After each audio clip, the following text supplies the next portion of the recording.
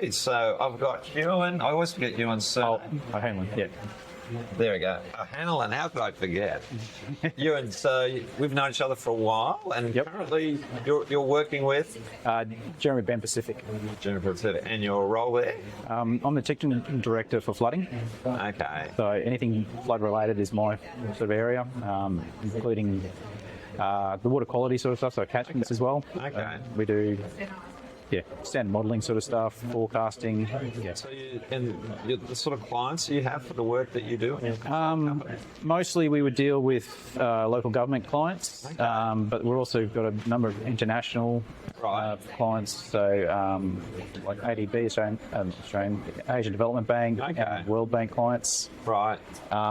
We deal a little bit with some other consultancy clients, but mostly it's local government and state government sort of clients. Yeah. So you do the modelling as part of an assessment to help people on specific things. So the modelling is just a tool. It's definitely a tool to understand what sort of issues they might have, or how to come up with ways to mitigate those issues. So we do a lot of things like upgrades of roads for them, or identification of mitigation options. Right. We just recently finished off detention basin upgrade, and apparently it worked really well, which is great.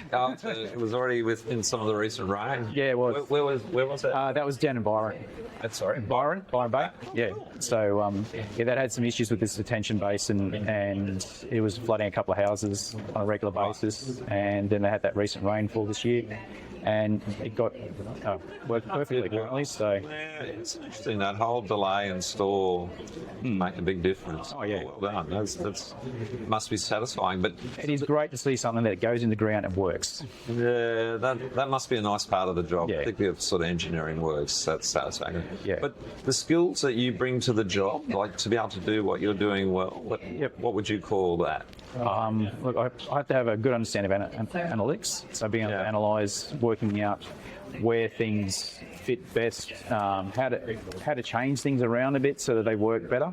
Yeah. If you don't really understand the processes and how the different parameters change things, you're sort of flying blind. Yeah. Being able to read the data. Yeah. So a lot of things we do is assessing the different events and trying to identify how major they are and why one event might seem large. Yeah.